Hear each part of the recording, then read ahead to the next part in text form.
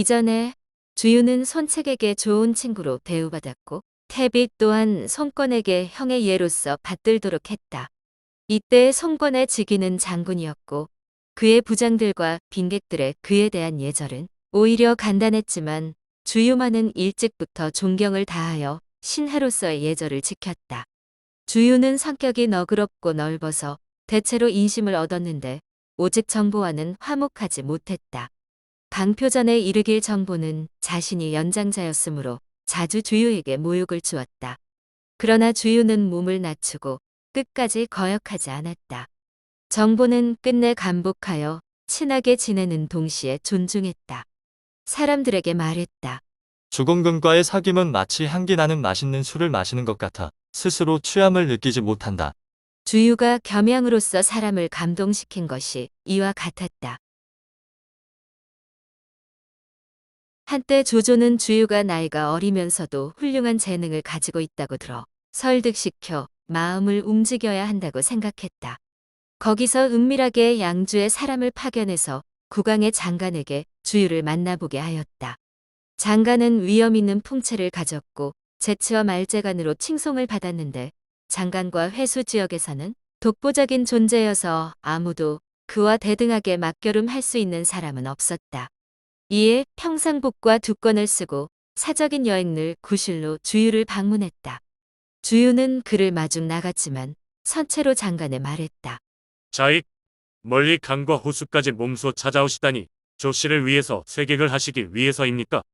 장관이 말했다. 저와 그대는 저는 동양 사람인데 당분간 떨어져 있다가 멀리서 좋은 향기기 풍겨서 옛 친구도 찾아보고 같이 우아한 교화도 구경해 볼 겸 온 것일 뿐인데도 세객이라고 하시다니 억측이 아닌가. 주유가 말했다.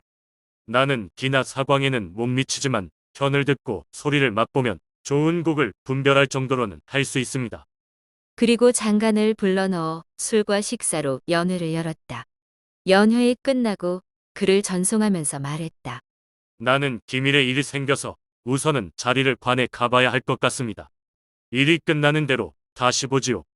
3일 후 주유는 장관을 불러 함께 군대의 내부를 보고 돌아 창고의 물자나 무기까지 시찰했다.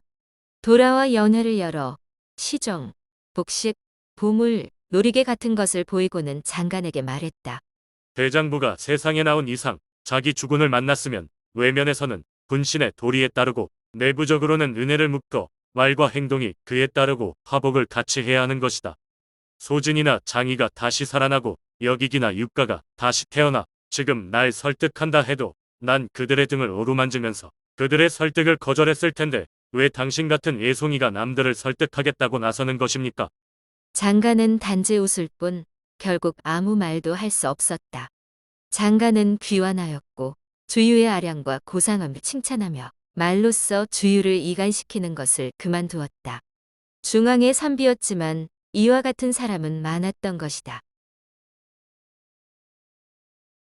유비가 수도에서 되돌아갈 때 손권은 날아가는 구름 무늬가 있는 큰 배에 타고서 장소, 진송, 노숙 등 10명 남짓과 함께 유비를 전송해 대연회를 개최하고 이별을 고했는데 장소, 노숙 등이 자리를 비운 뒤 손권 한 명이 남고 유비와 이야기를 주고받았다. 이야기가 흘러나와 주유를 찬미하며 말했다. 공군은 문무주력이 만인의 영웅이고 그 기량의 광대함을 생각하면 오랫동안 신하로 있을 사람이 아닌 것 같아 두렵습니다. 주유가 위군을 격파했을 때 조공이 말했다. 나는 도주를 수치로 하지 않는다. 후에 손권에게 편지를 보냈다. 적벽에서의 패배는 정확히 질병이 일어났기 때문에 나는 배를 불태우고 스스로 철수했던 것이다. 본의 아니게 주유에게는 그와 같은 위명을 주게 되어 버렸군. 주유의 위신과 이름이 먼 곳에서도 소리 높았기 때문에 조공, 유비는 모두 의혹을 심으려고 그를 비방했던 것이다. 빨리 죽자 손권은 눈물을 흘리면서 말했다. 공군은 왕좌의 자질을 가지고 있었는데 지금 호련히 생명이 다했다. 나는 무엇을 의지하면 좋단 말인가. 후에 손권은 천황, 황후, 황태자 등의 칭호를 칭했을 때 공경들에게 말했다. 주공군이 없었다면 나는 제왕이 될 수 없었을 것이다. 주유는 어렸을 때부터 음악에 정통했다. 술을 3잔 마신 뒤에도 실수나 잘못이 있으면 주유는 반드시 그것을 알아냈고 알아내면 반드시 돌아보았다. 그래서 당시 사람들이 부르던 노래에 이런 구절이 있었다. 곡에 잘못된 점이 있으면 주랑이 돌아본다. 주유는 아들 둘에 딸 하나가 있었다. 딸의 배필은 태자 손등이었다. 아들 주수는 공주를 아내로 맞이하여 기도 위로 제수되었고 주유의 풍고가 있었는데 요절했다. 주순의 동생 주유는 처음에 흥업도위로 임명되었고 종실의 딸을 아내로 맞이하였으며 병사 1,000명을 인솔하여 공안에 주둔했다. 황룡 원년 도양으로 봉해졌으며 후에 죄를 범해 여릉군으로 옮겼다. 저고 2년 제갈근 보질이 이름을 나란히 상소를 올렸다. 고인이 된 장군 주유의 아들 주유는 지나친 칭찬을 받아 장군으로 봉해졌습니다. 그는 특별히 두터운 대우를 받을 수 없을 때는 공을 세우려고 생각하였으나 도리어 방종하고 사용에 집착하여 매우 빨리 죄를 지어 처벌을 초래하게 되었습니다. 신들의 사사로운 생각으로는 주유는 과거 총애와 신임을 받았고 안으로는 들어오면 신복이 되었고 밖으로 나가면 보조하는 장수가 되었으며 명을 받아 출정하면 죽음을 보고 돌아오는 것처럼 했습니다. 때문에 오림에서 조조를 패배시키고 영도에서 조인을 도망치게 하여 국가의 위엄과 은덕을 떨쳐 전국이 진동하였으며 우매한 오랑캐 중에 복종하지 않는 자가 없도록 할 수 있었습니다. 비록 주나라의 방숙, 한해 한신이나 영포일지라도 진실로 그를 뛰어넘을 수는 없을 것입니다. 대체로 적군을 꺾고 국가의 어려움을 막아낸 신하로서 옛날부터 제왕들에게 귀하게 여겨지고 중요시되지 않은 자는 없었습니다. 때문에 한고조는 자기를 봉하는 서약서에서 말하기를 설사 황하가 허리띠처럼 되고 태산이 마모된 돌처럼 되더라도 그들의 본국은 영원히 존재하도록 하여 후배 자손들에게 전하도록 한다. 고 했습니다. 아울러 붉은 글로써 맹서의식을 융숭이 하고 종묘 속에 넣어두고 영원히 전해지게 했습니다. 이것은 공신의 후배들로 하여금 대대로 계승하여 자손뿐 아니라 더욱 먼 후대까지도 관심을 기울여 신하의 공덕에 보답하고 표창하려는 것입니다. 간절하게 이와 같은 경지에 이르려고 하는 것은 후세의 사람들에게 권하고 경계하여 나라를 위해 충성하는 신하가 되어 죽어도 후회가 없도록 하려는 것입니다. 하물며 주유가 죽은 지 오래되지 않았는데 그의 아들 주윤을 강등시켜 평민이 되게 하였으니 더욱 더 슬픕니다.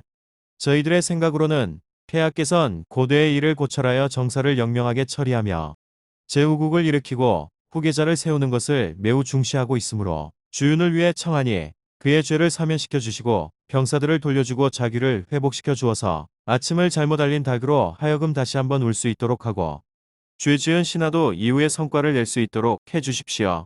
성권이 답했다. 신복이 되어 이전에 공을 세우고 나와 함께 협력하여 일을 한 자 중에는 주공군이 있었는데 확실히 잊지 못하오.